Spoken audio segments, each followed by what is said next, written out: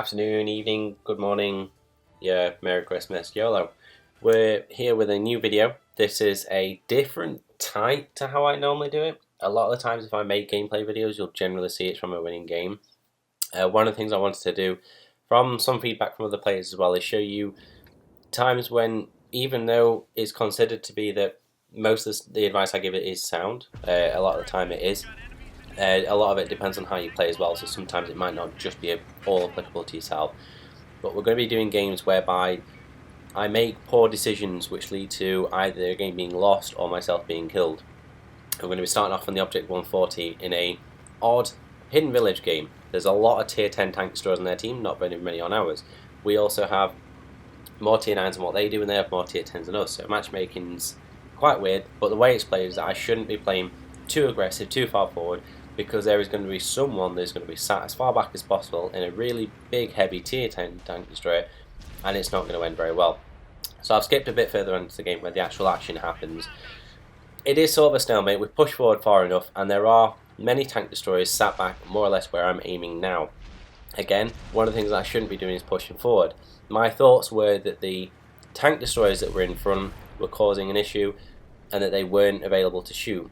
I took a shot at the E4, managed to get a damaging hit, and the way it went was I thought that there was nothing behind.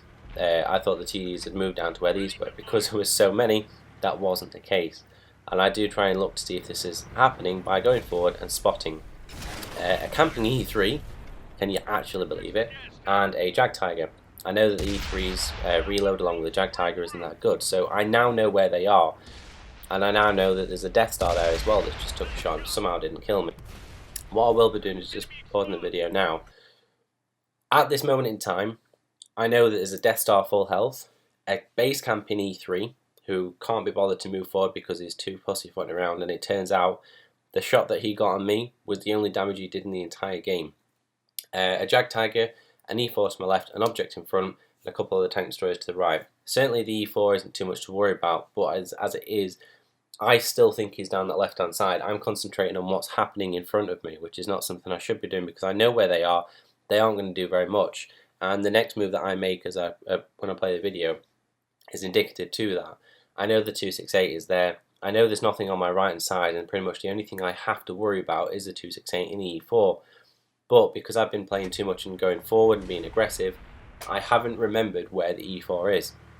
So this is one of the things I didn't want to do, which is push forward and be aggressive, but I thought I had the opportunity. The E4, with my understanding, he'd be on the left. Turns out he wasn't. He was right in front of me and he was able to take me out in the one hit. Is when I moved back and realised he was there. I wanted to get a decent shot on the 268. Not the best idea to do in the world, and as it turns out we ended up losing the game. So what we'll do is we'll go into another one. This is sort of a different game. This is one we actually won, but I could have done better. Again, on my own premise of being too aggressive in a place where I shouldn't be aggressive, trying to get as much damage as possible.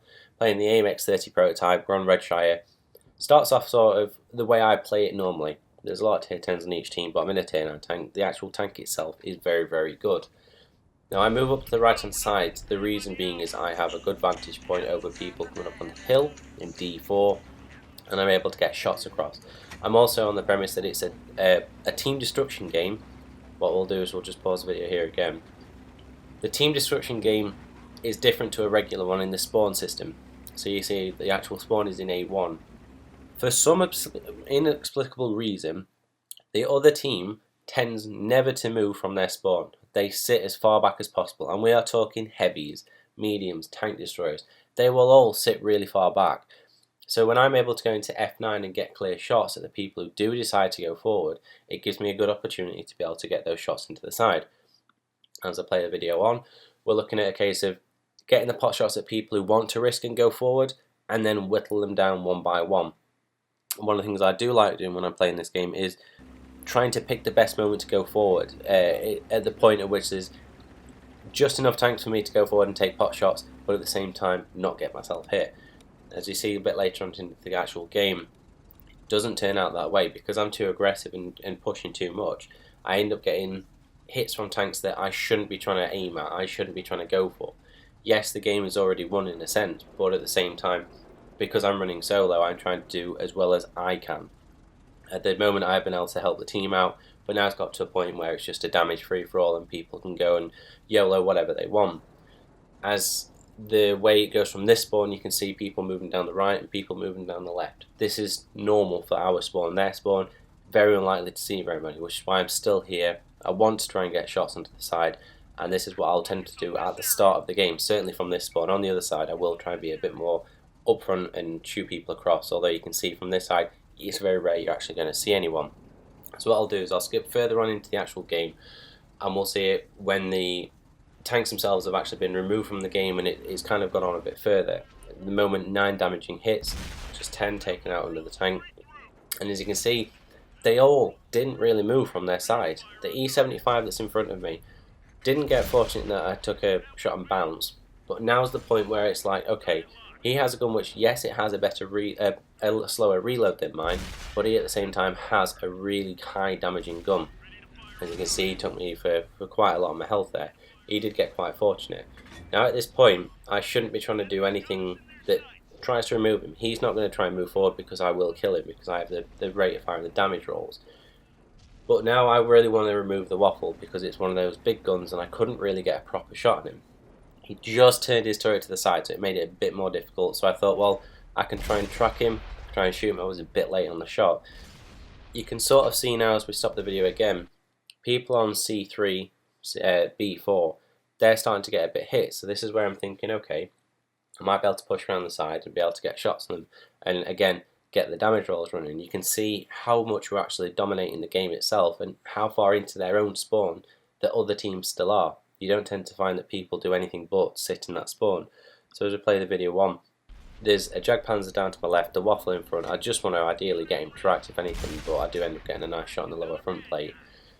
And now we're getting to the point of, the right hand side is pretty much clean of enemies. They're probably going to be a case of I can get shots on them, they won't realise, or I can get shots on them and they're actually aiming at me but they're not able to get a proper hit. I am wanting to try and also get shots on the Jagdpanzer 100. He's a lot of health. More damage I do, the better I'll do in the actual post-game stats. And also, in a way, is actually helping the team out. Even though at this moment in point in time, I am sort of trying to play for myself. Now, even though the game has turned out to be more of a close one as what it would seem, it's not as close as what it looks. We have a large advantage over their team, both in terms of the tanks, the health, and also the tanks that we actually have left. Again, people not pushing forward has stopped their team from claiming a win. Now this is the point where I shouldn't be doing what I'm doing now. I shouldn't be going over the top because of the people that are likely to come and try and flank. It's a full health conqueror. As much as it is really annoying to see a tank that is full health, I shouldn't have gone forward and lost literally every single HP of health going forward. Now whilst the T-54 is going there, I should have really stopped and then shot him again. He was on just enough health for me to do that, and it allowed him to RB me with his really good accuracy and ability to do so and shoot me. I lost out on an opportunity to be able to push and get damage without getting hit myself. I had plenty of health to maybe take a shot and move back, and I had people in cover. So again, not the best thing to do. And we're finally going to be moving on to Himmelsdorf. I'm going to be in the T95 Tier 8 Premium Medium. One of the things that happens in this game is everyone works as a team. When you're playing an encounter battle, you don't tend to find that people, as we stop the video just on the actual map itself, you shouldn't be going for the flag on this map encounter, because you will find that what happens is some people on your team will go up the hill. If you find that your team are able to play, as is the case with this one, a couple of mediums go down the left, if you're able to put a lot of your force on top of the hill and come around and flank, you will pretty much win the game. So as we play the video onwards, I do highlight that I want to have people going up the hill. I want people to stay where they are on the hill. And there's a couple of people go affirmative, but you'll see there's a lot of people that push round. This is a good start to the game. Having the people that push forward is what I wanted. I'm able to support them, they're able to support me. Even though it's a tier 9 game, this tank is still capable of doing some damage, but also at the same time being annoying. Finally, but not shortly, the turret is actually quite a trolley in some cases. The way the game progresses is that we take the hill as planned. This is what you should be doing on the encounter battle, this is what we planned out to do, this is what we end up doing. We show force going up, and we end up taking the hill quite comfortably, to be perfectly honest. Not just, at least, we don't lose that many tanks, but we take out some hard hitters like your Borsix, your M103s, your ST, tier 9 tanks that are out of the game and can't do much for the rest of it. The problem comes from when I then pushed over the hill and went down to try and sort out the cap flag. Now as it stood, because we were able to kill them, we took quite a while to actually do so. So it was imperative that we actually got down the hill and pushed onto the flag. Now my only case in point was that I was going to go to the flag, reset it as much as possible. No matter who was actually on the flag, I would try and determine who's got the cap points and take them out. As it turned out, that was the case, that I was actually able to do that, but I kind of failed in my overall objective of at least staying alive in most cases. So what we'll do, we'll skip it a bit further on, we're going down the hill. Now you can see there's 3 people in the cap circle. There's a couple of mediums on J2 that we have. One of them is not very much health, the other one slightly is. So as we pause at the moment, you can see where the mediums have gone, and it's where they should go. Their idea is to try and delay the cap as much as possible, taking track damage or doing anything to delay that countdown. Now a lot of their team have died. As you can see, we're winning 9-3. Again, a show of force up the hill has allowed our team to push on as quickly as possible. And the medium's job should be, from that point again, is to reset the cap. As we replay it, they're only 45 seconds away from winning the game. So as it is now, I have absolutely no interest at all in shooting any tanks, not least of which because the heavy that's down to my left is going to get swamped by everyone else. The 2 mediums that I highlight here are the ones that I want to try and delay the cap as much as possible, just on the basis that it might not be able for me to get forward enough to be able to delay it. Now as it is, one of their team leaves the cap flag. For what reason I don't know, but it could have been that if they didn't, they might have actually won the game, so this actually helps us somewhat, and then he finally gets back in the base. When I come around the corner, I haven't got much health, but I know that I can at least delay the cap while someone is able to come and help me. Now I don't know who's got the most health and who's got the actual most points on the flag, so all I'm doing now is, I don't mind if I take a hit. I'm going to go forward and try and hit as many people as I can on the base, try and lower it. As it turns out, the 2 people that I'm trying to hit haven't got that many cap points, but it does kind of help in that it delays the cap and causes the Panther 88 to miss his shot. Unfortunately, it did side scrape, which is the only time I've ever seen that tank side scrape in my life. The very next stages we are going to win, but I'd like to get the XP. So I know that the CDC has got the remainder of the cap points, so I'm going to shoot him and reset it even more. Yes, it's going to get me more XP. It's not going to actually make a difference to the game, but that's inevitable. I'd rather get the XP from it. Now we come on to the fact that the Panther 88 is able to pen me. He is possibly using premium rounds, but it is more than likely the case that he isn't. I'd like to think he is because he's just penned my turret. Now I know his ammo racks and I know he's at to repair. What I should have done was just ignore him completely and allow the other team to kill him. There was no reason for me to try and get the shots off. I'd rather have my tank alive at the end of the game rather than having that extra silver cost of having to repair it. Yes, it's a premium tank, yes we actually did well, and 102,000 silver isn't something to be sort of annoyed about, but it's kind of all about getting the extra bit of damage. And these are all very small points in question, ones that you can look at the game and go, okay, I should have done this. The main point of this is that even being a player with stats which are said to be unicum, there are errors that can be made that are ridiculously simple and would be viewed as being, what were you doing, why did you do that? Now they don't happen on that regular basis, but they do happen. When they do, they're still sort of, well, I should have actually done this way rather than that way. So again, the whole point of the video is to prove to you that everyone makes the same mistakes as what everyone else does. It can be on a different basis in terms of its frequency, but just because you see unicums playing who tend to show that they are amazing, they will make mistakes, and this is pure examples of things that have gone completely wrong, which are completely simple and ones that should be learned from.